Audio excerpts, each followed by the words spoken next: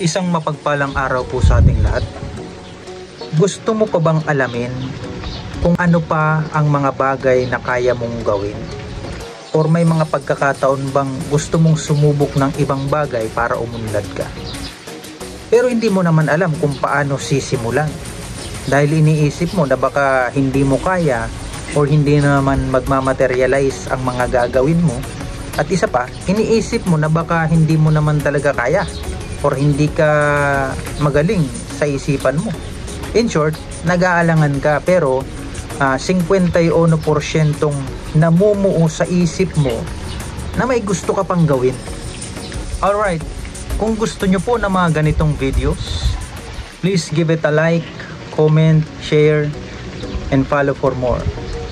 Bago mo simulan ang mga bagay-bagay sa isipan mo, tanggalin mo muna yung mga agam-agam sa buhay mo dahil hindi yan makakatulong.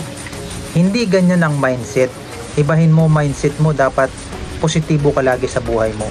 Huwag mong isipin yung negatibong resulta dahil yan mismo ang magpapatalo sa'yo. Tingnan mo yung mga magagaling.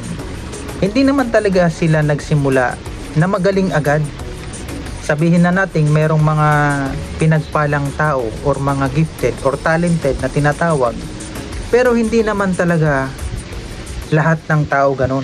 Ilang porsyento lang yan kumpara sa napakaraming tao sa mundo.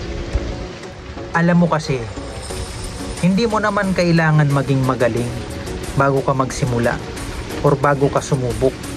Ang kailangan mo lang ay kung paano ka magsisimula doon sa bagay na yon. Ngayon, kapag nasimulan mo na yon, inaral mo na ang mga sitwasyon, nakabisado mo na yung routine mo sa buhay, naging panatag ka na dun sa ginagawa mo, tsaka mo na lang galingan. Tsaka mo na lang ipapasok ang taglay mong galing. Okay?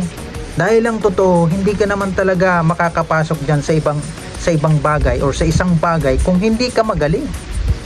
Okay? Ganun lang yung kapatid. God bless all.